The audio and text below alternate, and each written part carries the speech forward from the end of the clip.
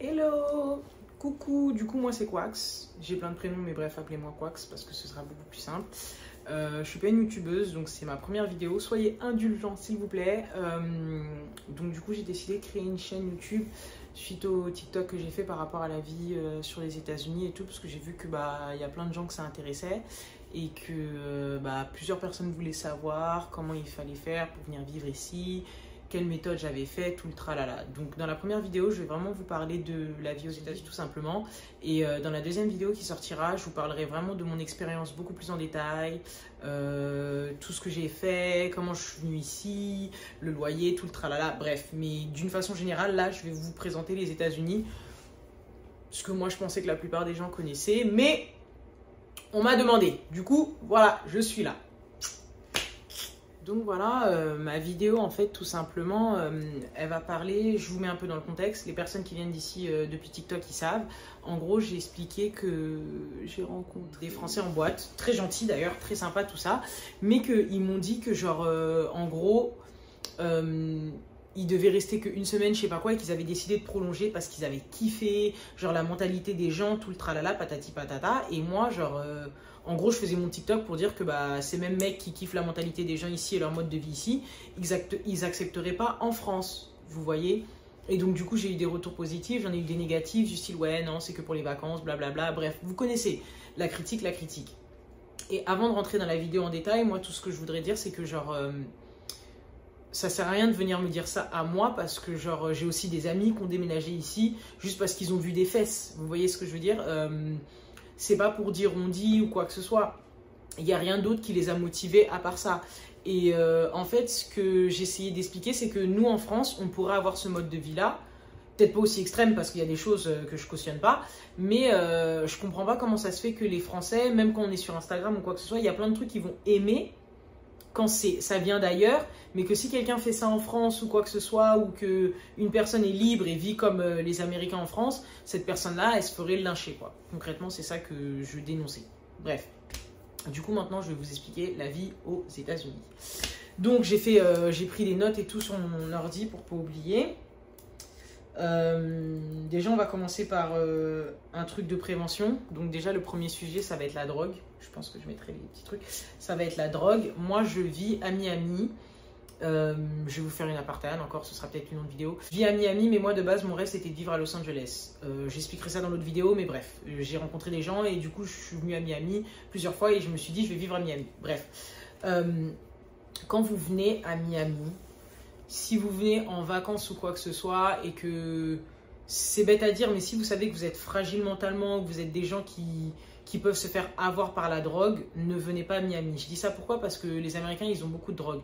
Sauf que c'est pas forcément des drogues, vous les voyez pas comme des drogues, c'est des médicaments, c'est des boissons, ça va être plein de choses et ils ont vraiment beaucoup de drogue. Donc faites attention, surtout quand vous venez à Miami, on peut vous droguer ou quoi que ce soit, genre faites attention, il y a vraiment beaucoup de drogue.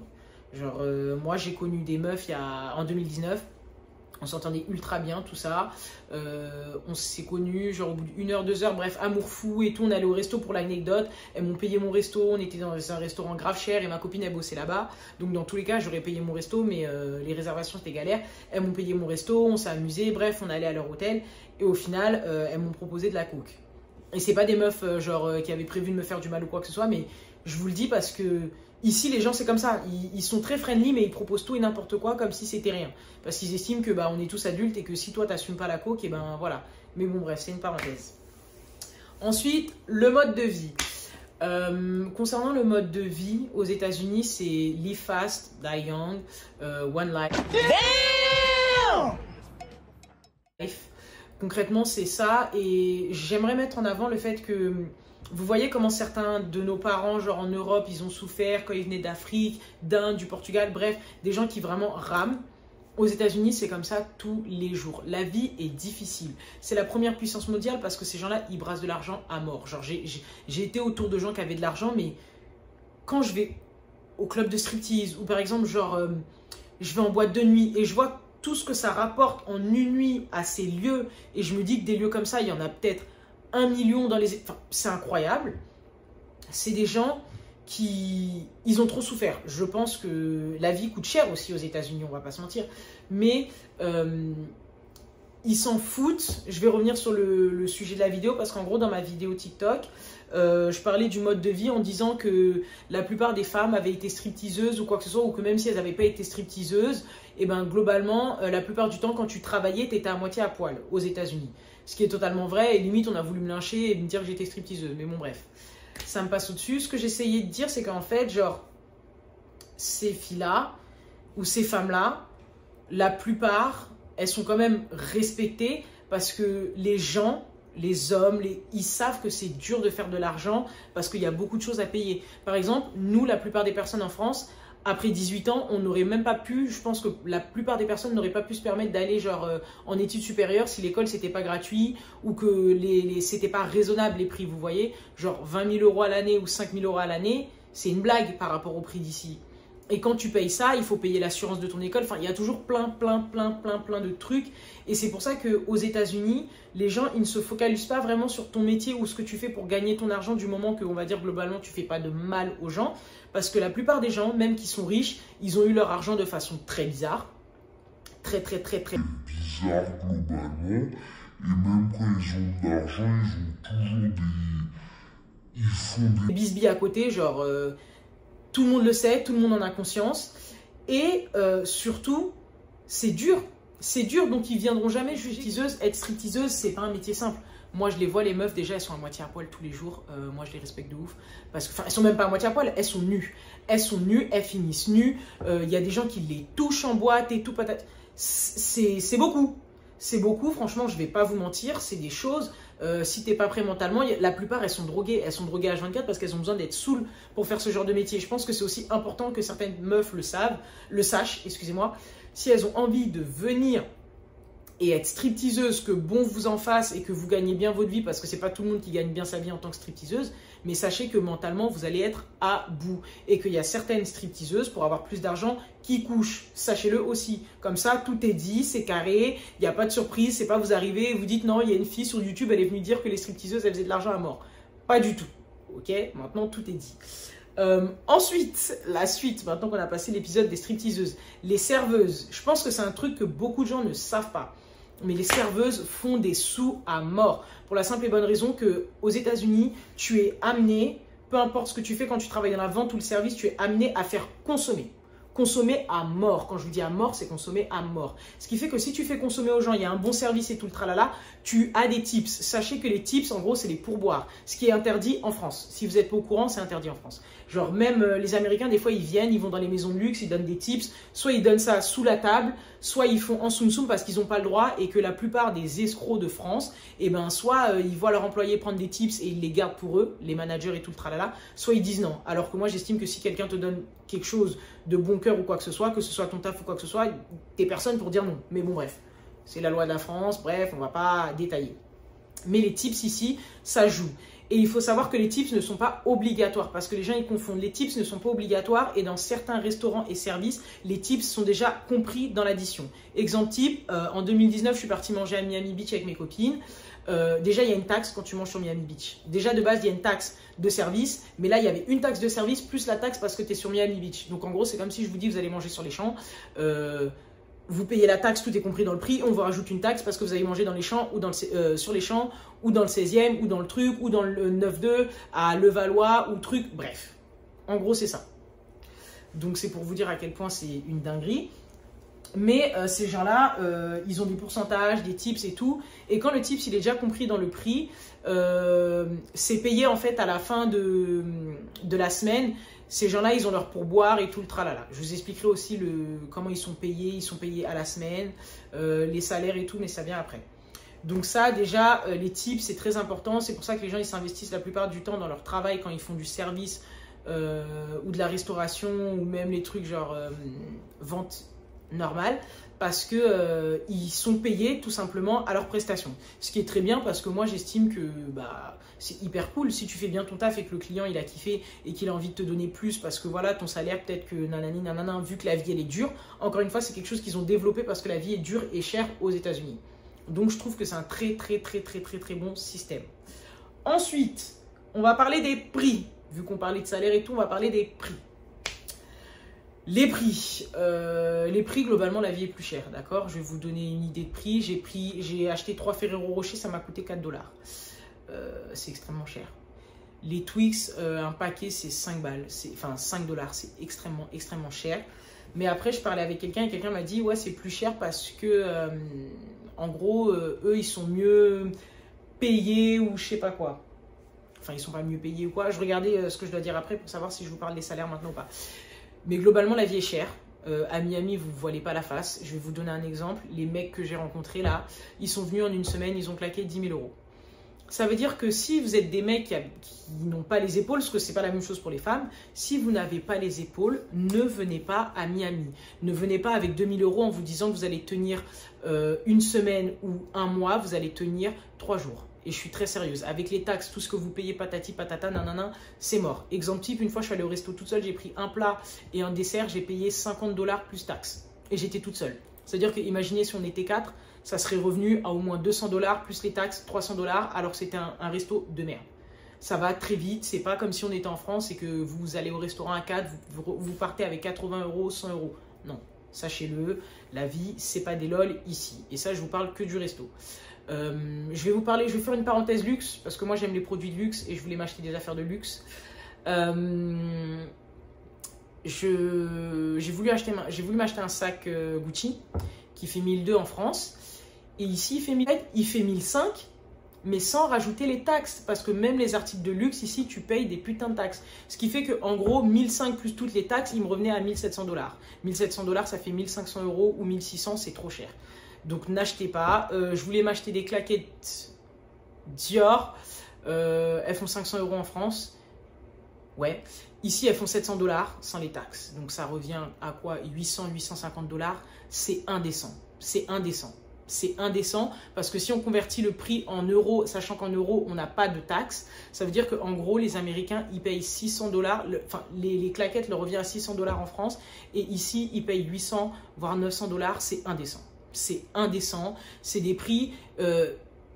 moi, je respecte les gens qui achètent du luxe aux États-Unis et tout le tralala parce qu'ils n'ont pas idée à quel point ils se font exploiter. C'est du viol financier. Je suis très sérieuse, ils se font exploiter à mort, ils n'en ont aucune idée. Mais bon, bref, déjà, ça, c'est moi. Je vous le dis, si vous voulez acheter du luxe, n'achetez jamais du luxe aux États-Unis. C'est de l'arnaque. C'est de l'arnaque, c'est indécent, c'est... Voilà. En ce qui concerne les loyers, peu importe où tu vis, c'est cher. C'est cher. J'ai une copine, par exemple, elle a son appart, elle paye 1600 $ tous les mois et elle est en colocation. La plupart du temps, c'est comme ça. C'est genre 1600, c'est toujours entre 2000 et 3000 si tu veux un truc convenable. Même si tu es en colocation, ce sera toujours ça les prix. Après, quand tu as un truc convenable, c'est entre 3000 et 5000. Donc ça va, si tu es bien, en vrai, tu t'en fous. Entre 3000 et 5000, la différence, elle n'est pas ouf. Mais si tu veux un truc convenable, la plupart du temps, tu seras en coloc et tout ça. Une autre parenthèse. C'est très facile d'avoir un appartement, comme en Angleterre, parce que j'ai vécu un petit moment en Angleterre. Ils ne nous demandent pas autant de papiers qu'en France. Pourquoi? Parce qu'il y a beaucoup d'immigrés, ils sont pas cons, ils savent qu'il y a des gens qui travaillent au black et tout le tralala. Du moment que les gens... Et si tu payes pas, ils te mettent à la rue. Ça, vous savez, ils savent faire aux États-Unis. Ils savent faire. Donc, il faut savoir qu'il faut être très intelligent, il faut faire attention parce qu'il y a des scammers. En gros, ils utilisent des techniques, ils ont des leases. Le lease, en gros, c'est comme si je vous dis que vous avez payé votre loyer pendant 1 an et vous pouvez sous-louer. Ils s'en battent. Ça vous ramène de l'argent, ils s'en foutent, nanani, nanana, tant que le truc il est clean. Vous pouvez sous-louer, sauf qu'il y a des gens, en fait, des fois, ils font semblant de sous-louer.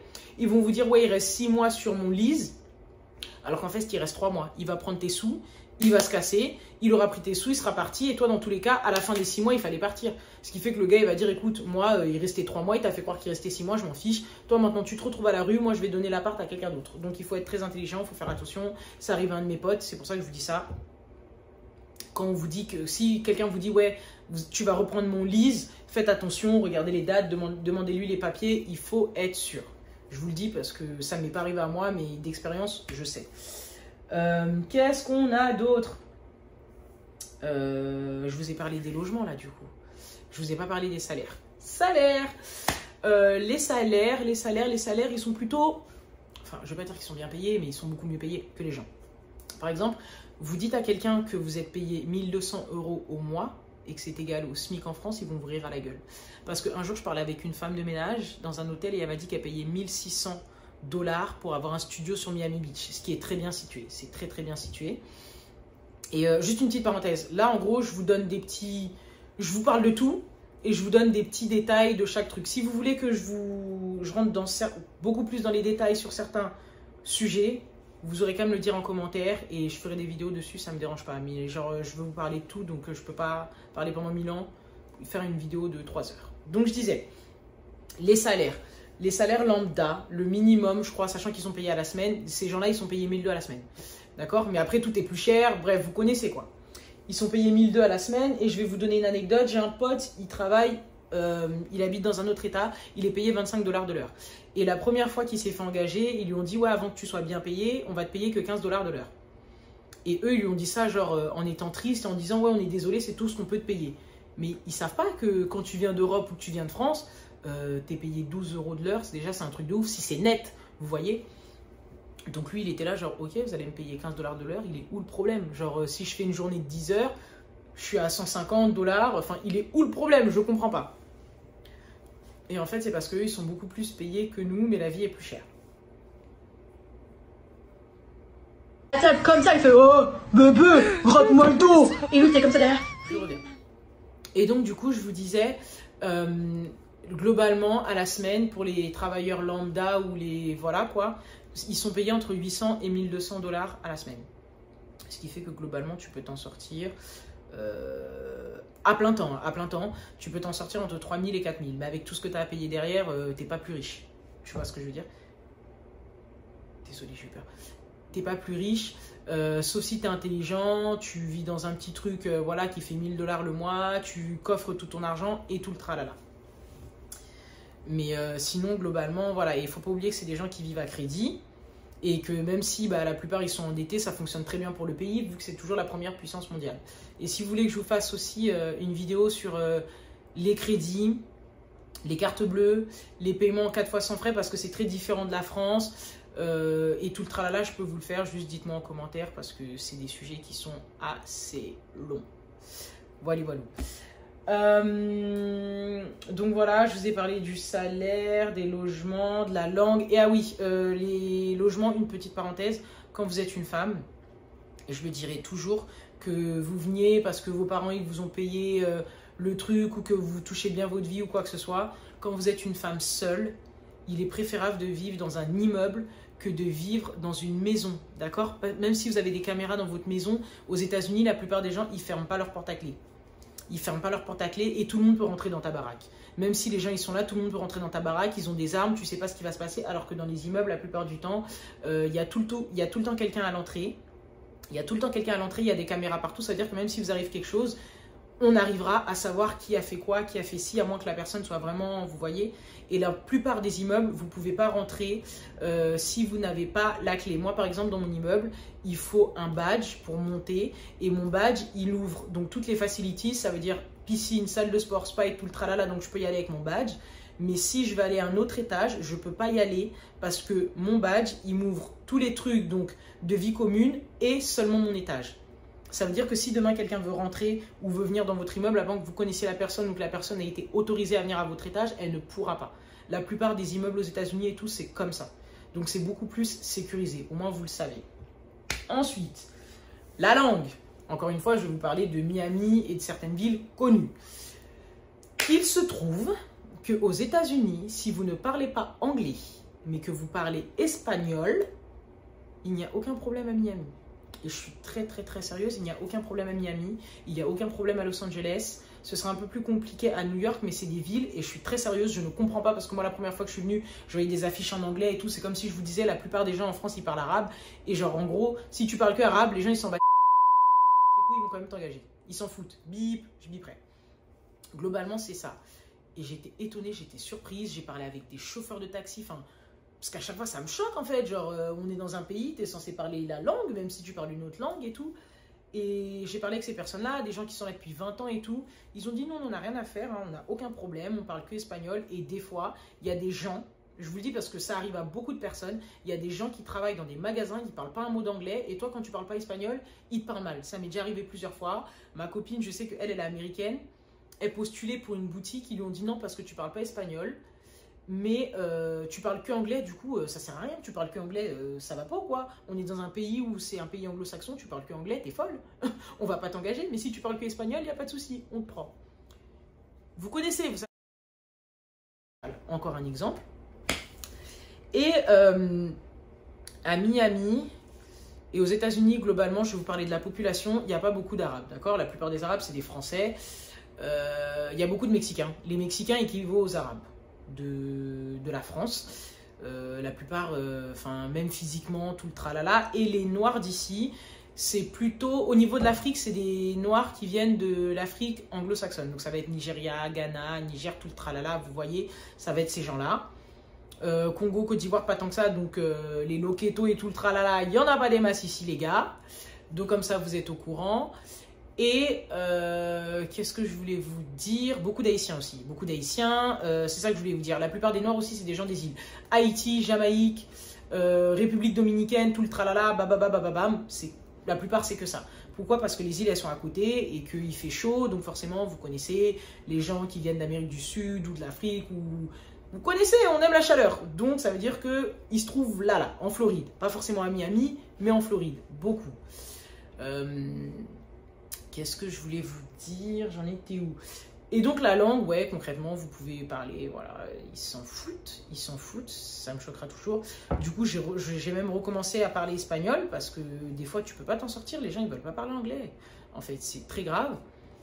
Et c'est parce qu'ils ont une grosse population et que les Américains, c'est des gens qui réfléchissent. Ils se sont dit, c'est des gens qui nous rapportent beaucoup, la plupart ils travaillent sans papier, bref, vous connaissez. Et c'est quelque chose que je ne conseille pas aux personnes qui viennent d'Europe pour la simple et bonne raison que si demain on vous déporte ou quoi que ce soit, vous n'allez pas pouvoir revenir en bateau les gars. Les gens d'Amérique latine, ils s'en foutent parce que la plupart, ils font des faux papiers, ils se débrouillent, ils sont entre eux, Argentine, tout le tralala, ils ont une grosse communauté et même si demain c'est chaud, ils peuvent revenir, passer la frontière en voiture, tout le tralala. Vous ne pouvez pas faire ça. Donc n'essayez pas de venir travailler au black, se dire ouais je vais rester bloqué ici. Moi je connais une meuf, une Française très gentille, avec qui je parlais quand je suis arrivée ici parce que voilà je savais pas trop quoi faire et tout. Elle m'a dit écoute moi j'ai travaillé ici pendant 5 ans au black et je pouvais pas rentrer chez moi en France et j'étais au bout de ma vie. Et au final un jour elle s'est mariée, voilà tout le tralala et elle a pu retourner en France mais au bout de 5 ans. C'est quelque chose que je vous conseille pas pour la simple et bonne raison que si demain quelqu'un tombe malade, vous avez des problèmes, vous-même vous avez une galère ou quoi que ce soit, vous avez besoin de retourner là-bas et que vous avez construit votre vie ici, vous pourrez plus jamais revenir. Donc ne faites pas ça, c'est des trucs très bêtes. C'est des trucs que seules les personnes de l'Amérique latine ou quoi que ce soit peuvent se permettre parce qu'ils sont à côté, ils savent ce qu'ils font. Voilà, nous on peut pas, c'est pas quelque chose que je conseillerais. Après chacun fait ce qu'il veut, il est libre de son propre arbitre, on est tous adultes. Ceux qui sont pas adultes, je vous donne des conseils, vous les écoutez pas, c'est votre souci. Mais de toute façon, vous pouvez pas venir ici avant 21 ans de façon légale et faire quoi que ce soit. Donc à vous de voir. Parenthèse, parce que moi je fais beaucoup de parenthèses. Si vous voulez que je vous fasse une vidéo aussi sur les visas, dites-le moi, il n'y a pas de souci, je le ferai.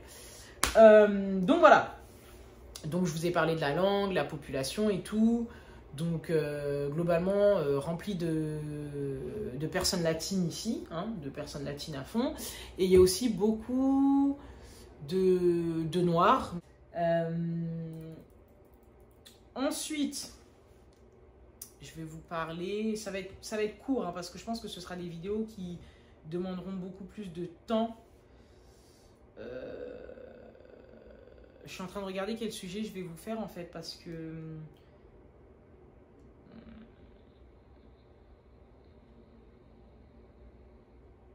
je vais vous parler de la fast life.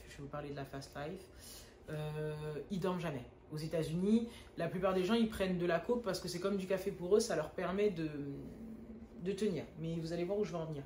Je vais vous parler de la fast life parce que à Miami, quand tu viens en vacances et que tu vis, c'est deux choses bien différentes. Ici, les gens, ils font la fête toute l'année. Ça veut dire que vous êtes là, vous n'êtes pas là, les gens, ils font la fête toute la journée. Ça ne dort pas. C'est chiant. Moi, je le sais que vivre ici, je ne fais plus la fête tous les jours. Et on n'est pas impressionné parce qu'on voit des stars tous les jours. Déjà, je tiens à le dire, il y a certaines stars, concrètement, tous les jours, je suis avec eux. Je les vois plus que certains de mes potes. Partout où je vais, ils sont là. Ils sont là, on est dans les mêmes sections, tout le tralala. Ça veut dire que quand certaines personnes arrivent et ils sont impressionnés, ah ouais, on est là, on est dans cette section, on est là, on est en soirée villa avec ces stars-là, au bout d'un moment, tu n'es plus impressionné. Quand tu vis ici, tu n'es plus impressionné. C'est des gens que tu vois tous les jours, c'est des putains de lambda. C'est comme le mec que tu vois à chaque fois que tu vas faire tes courses. Tu es fatigué. Je vous dis ça parce qu'il y a beaucoup de gens, même les Américains, hein, là je parle pas des étrangers et tout, même les Américains, quand ils viennent et que bah, ils n'ont pas l'habitude de sortir de leur ville ou quoi que ce soit, ou qu'ils habitent dans des villages paumés, ils sont là genre ouais. J'ai trop peur. Ouais, c'est trop bien et tout, patati patata. Non, peut-être j'ai mal fermé la fenêtre, je sais pas. Ouais, c'est trop bien et tout, patati patata, alors que, enfin, c'est bien, mais t'es pas impressionné. C'est des gens, c'est des stars, mais voilà, ils pourront rien faire pour vous. Et en gros, je vous dis, c'est la fast life parce que c'est des gens, par exemple, un week-end type. Un week-end type, déjà, c'est de vendredi à dimanche soir. Par exemple, j'ai des potes, ils allaient à la plage, tout ça, à partir de 16h ou pool party parce que, voilà, c'est comme ça ici. Pool party jusqu'à peut-être 18-19h. Ensuite, ils rentrent ou ils font un before, ils se changent, tout ça, patati patata. Ils mangent assez tard ici. Excusez-moi. Donc, ils vont manger genre peut-être entre 21h, 22h, 23h. Blablabla. Encore before, pre-game, qu'ils appellent ça. Ils vont faire la fête, boire des verres, être défoncés. Ils vont aller en boîte. Les boîtes, ils y vont vers... Quand t'es quelqu'un, on va dire que tu vas tôt, tu vas à 1h du matin, mais les vraies ambiances commencent à 2h du matin. D'accord? Jusqu'à 6h du matin. Ensuite, ils vont en strip club, vu que ça fait partie de leur culture. Strip club, des fois, jusqu'à 8-9h. Et ensuite, il y a des gens, soit ils font des brunchs, soit ils vont au studio. Bref, ça dépend de votre vie. Mais la journée que je vous ai décrite, elle est limite plus longue que la journée de travail. Et il y a des gens qui font ça 3 fois, 4 fois dans la semaine et qui enchaînent. Il faut avoir de l'énergie. Il faut avoir de l'énergie parce que tout ce que je vous ai décrit là, l'argent aussi, il y va. Hein. L'argent, il dépense, il dépense, il dépense, il dépense. Donc, il faut savoir que c'est bien beau. Ah, Miami, c'est cool. Vice City, c'est comme dans GTA. Vous n'allez pas être choqué, c'est comme dans GTA. Et c'est même mieux parce que les voitures, c'est une dinguerie.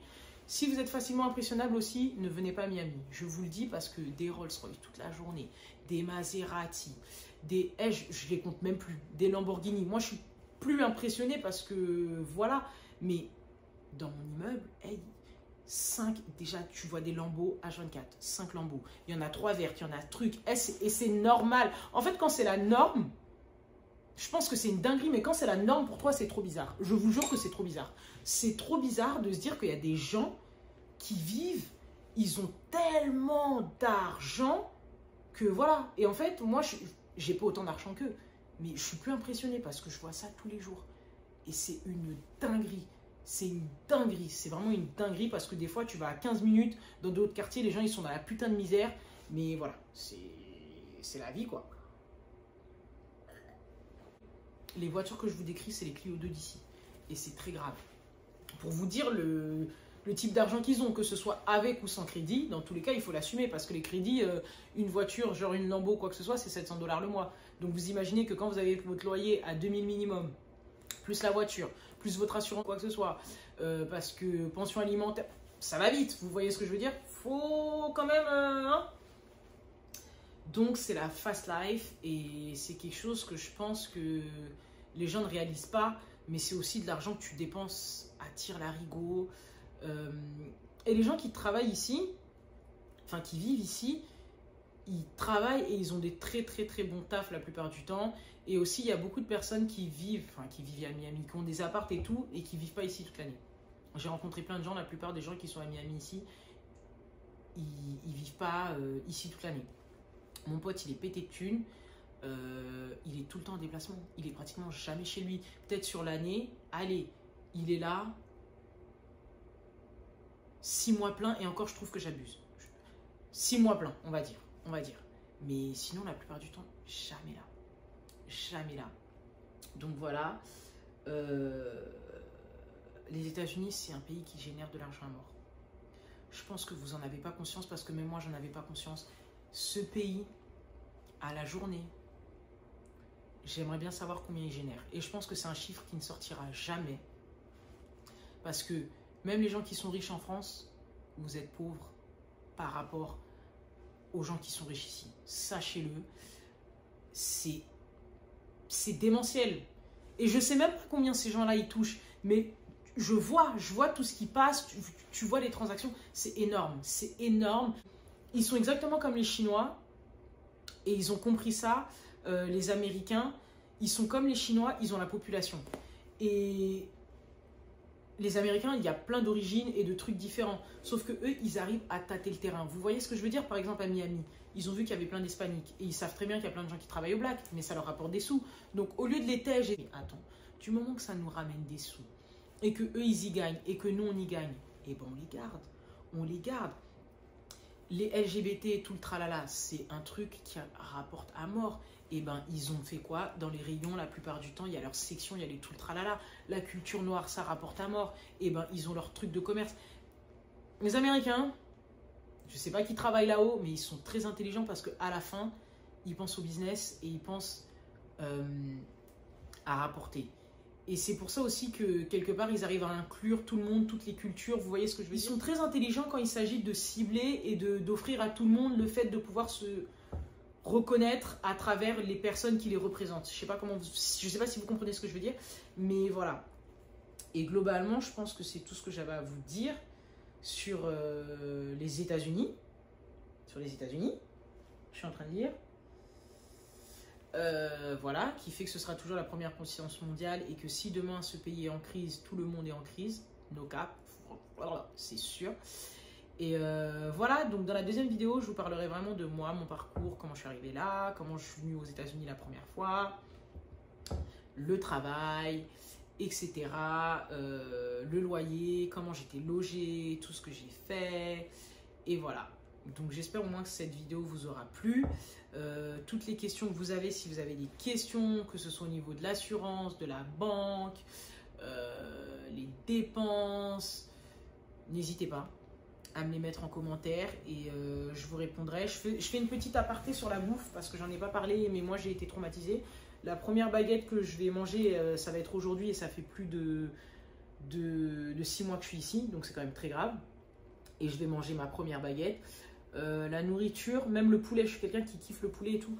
La nourriture ici, avec tout ce qu'ils mettent dans les animaux et tout, ça me dégoûte. Ça me dégoûte. Genre l'autre jour, je voulais me faire des courgettes farcies, excusez-moi. Et j'ai vu la viande hachée, ça m'a dégoûté. Genre, la bouffe, c'est vraiment quelque chose qui me manque et c'est très différent de la France. Si vous mangez très mal, vous mangez tout le temps des fast-food parce que les vraiment fast-food, genre McDo et tout, ne coûtent vraiment pas cher. Ça, sachez-le, ça coûte vraiment pas cher. Vous pouvez avoir des vrais menus pour moins de 6 $ ou 10 $, quoi que ce soit, même avec les taxes. Vous pouvez finir obèse très facilement. Très facilement. Parce que voilà, leur culture culinaire, elle est vraiment malsaine et la bouffe, elle est même pas bonne de ouf. Donc voilà, ils mangent toujours gras.